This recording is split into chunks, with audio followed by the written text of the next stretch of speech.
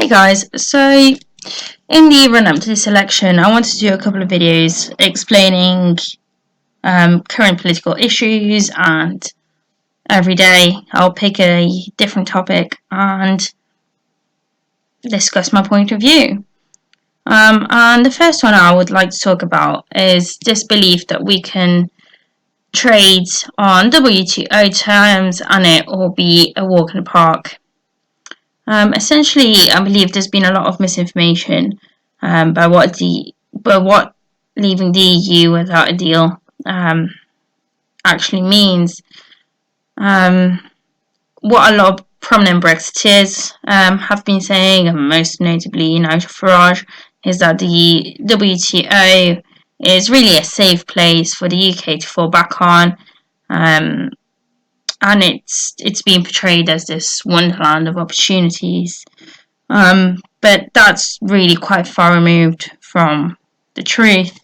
In fact, the WTO can potentially be a bit of a regulatory nightmare.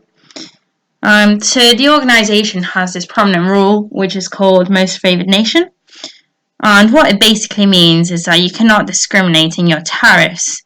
So if, say, you want to drop your tariffs on beef, for example, to zero with the EU, you must drop them to zero for everyone else.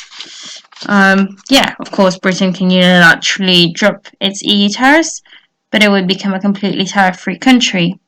So cheap foreign goods would flood the market, which, of course, would mean it would undermine UK business and it would cost hundreds of thousands of people their job.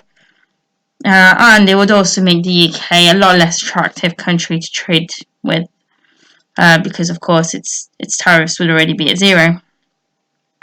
Alternatively, Britain could also raise its tariffs, but that would just be dumb because it would be starving it of imports and starting its new life as an independent trading nation in the worst imaginable way.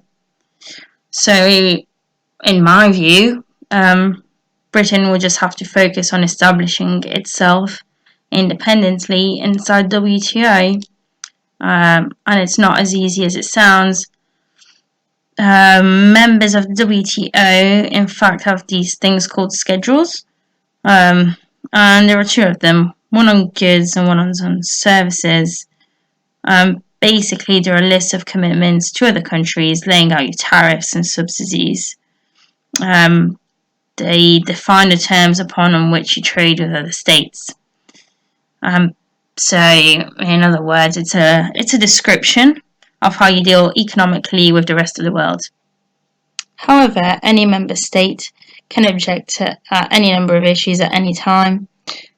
There's a possibility that all other countries on Earth will be okay with the process that Britain is proposing, but maybe they won't. And even if one of the WTOs of the 163 members, which, by the way, includes all other EU member states and also the EU itself as a separate entity, objects to any part of what we do, then things get a little complicated. These trade negotiations aren't a place for a group hug. States go into them with a very firm focus on their interests and take advantage of vulnerability to increase their market access and create opportunities for domestic industries. Clear example, America on drug prices. So Britain's strange situation means it can probably start trading provisionally on the basis of schedules that it puts down while it deals with any disputes over them. And this really isn't something to be looked at advantageously. The variables in the WTO system are quite alarming. It's like regulatory quicksand. Once you get dragged into one dispute, a host of others can open up. And Britain is going to have to get its schedules clear with all the member states in WTO pretty quickly. And it will be doing so at a moment of profound instability. So that was a really quick summary on the WTO and its most fundamental rules.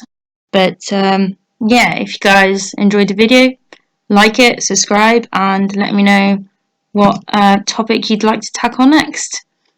This is my first video, so please be very patient with me, and I'm sure they'll get better